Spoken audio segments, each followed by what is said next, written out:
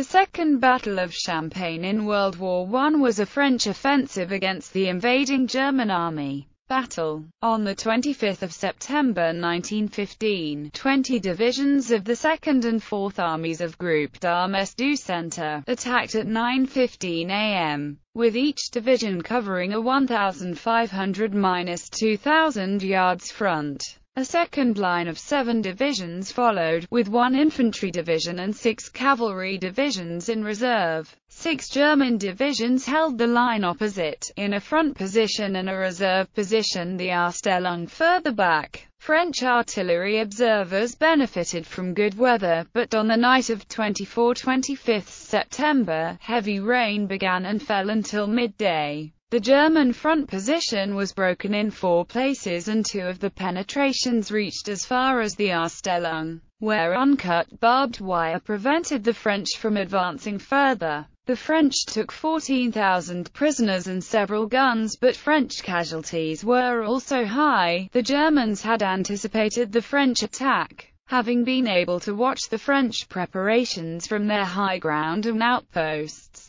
The main defensive effort was made at the Arstellung, behind which the bulk of the German field artillery had been withdrawn. A supporting attack by the French Third Army on the Aisne took no ground. Joffre allotted 2 reserve divisions to the GAC and ordered the Groupe d'Armes de l'Est to send all 75 mm field gun ammunition, except for 500 rounds per gun, to the 2nd and 4th Armies. On 26 September, the French attacked again, closed up to the Arstellung on a 7.5–mile front and gained a foothold in one place. Another 2,000 German troops were captured, but attacks against the Arstellung from 27 to 29 September broke through on 28 September. A German counter-attack next day recaptured the ground, most of which was on a reverse slope, which had deprived the French artillery of ground observation. Joffre suspended the offensive until more ammunition could be supplied and ordered that the captured ground be consolidated and cavalry units be withdrawn. Smaller French attacks against German salients continued from 30 September to 5 October. Aftermath. Analysis. On 3 October, Joffre abandoned the attempt at a breakthrough in Champagne, ordered the local commanders to fight a battle of attrition, and then terminated the offensive on 6 November. The offensive in Champagne had advanced the French line for about 4 kilometers at a cost of c. 100,000 more French and British casualties than German. The French had attacked in Champagne with 35 divisions against the equivalent of 16 German divisions. On the Champagne front, the 4th, 2nd and 3rd Armies fired 2,842,400 field artillery and 577,700 heavy shells,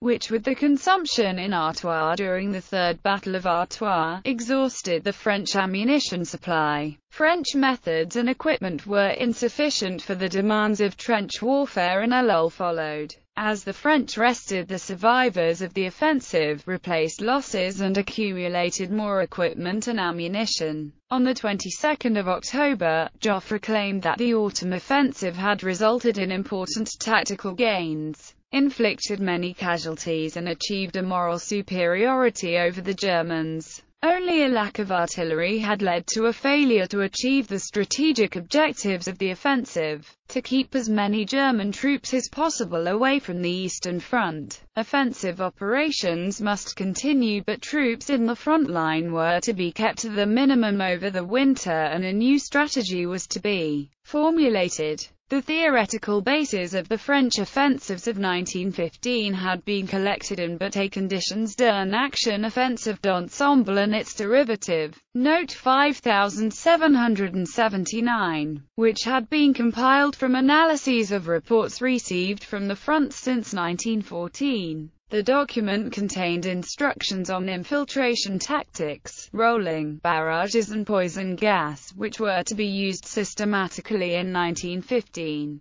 in continuous battles to create rupture. Reviews of the experiences of the offensives led to a new formulation, Instructions sur le combat offensif des grandes unités on 26 January 1916. Continuous battle was to be replaced by step-by-step advances through successive German defense lines. Methodical attacks were to be made each time and would consume German infantry reserves inexorably. The German defences would eventually collapse and make a breakthrough attack feasible. In the autumn battles, the Allies had outnumbered the West here by 600 infantry battalions but had not achieved a breakthrough, and after the first day, German reinforcements made one impossible. Several divisions had returned from the Eastern Front but were tired and of little value. Falkenhayn had underestimated the possibility of an offensive and kept the all reserve spread all along the Western Front, rather than concentrating it in threatened areas. French reviews of the offensive found that reserves had moved close to the front, ready to exploit a breakthrough, and had advanced on time, then bunched up with the leading divisions, blocked the lines of communication and suffered many casualties while held up.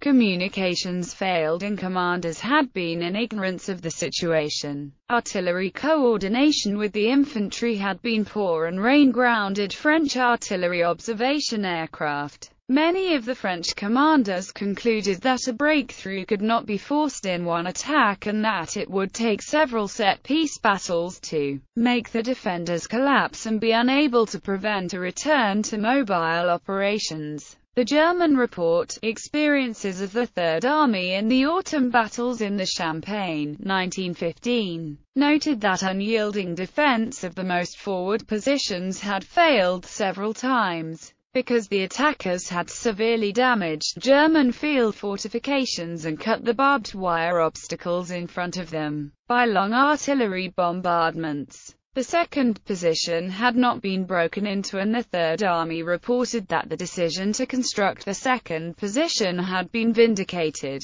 since the French had to suspend their attacks until artillery had been moved forward, which took until the 4th of October. The momentum of the initial breakthrough had not been maintained, because the French troops crowding forward had become disorganized, which made coordinated attacks impossible to arrange. French prisoners were reported to have said that there had been no methodical staging of the reserves to exploit a breakthrough, and concluded with the view that a breakthrough might still be possible. Lack of troops made it impossible for the Germans to respond with big counter-attacks, but smaller hasty counter-attacks by local troops had succeeded against French units weakened by losses, which had not had time to consolidate captured ground. It was recommended that such reserves should be made available by reducing the number of German troops in the front line, as 1 man every 2 to 3 meters in the front line was enough.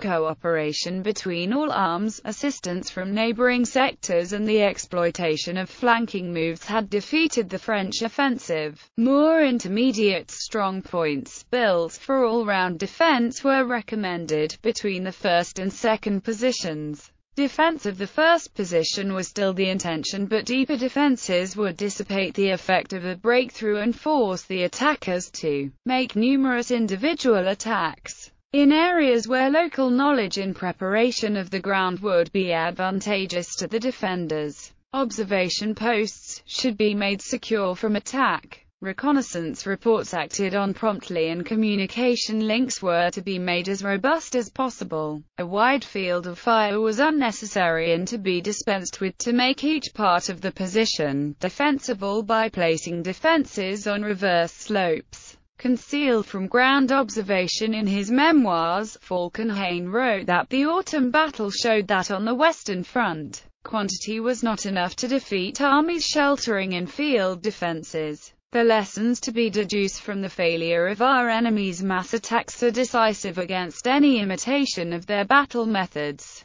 Attempts at a mass breakthrough, even with the extreme accumulation of men and material, cannot be regarded as holding out the prospects of success. Falkenhayn, and that the plans made earlier in 1915 for an offensive in France were obsolete. Falkenhayn needed to resolve the paradoxical lessons of the war since 1914, to find a way to end the war favorably for Germany, which culminated at Verdun in 1916, when Falkenhayn tried to induce the French to repeat the costly failure of the Second Battle of Champagne. Casualties: the offensive had been disappointing for the French. Despite their new attack in echelon, they had only made quick progress during the time it took for the Germans to strip reserves from elsewhere and rush them up. They had lost 145,000 men, while the Germans had 72,500 casualties. The French had taken 25,000 prisoners and captured 150 guns. In Der Weltkrieg, French casualties in the 4th, 2nd and 3rd Armies from the 25th of September to the 7th of October were recorded as 143,567 men,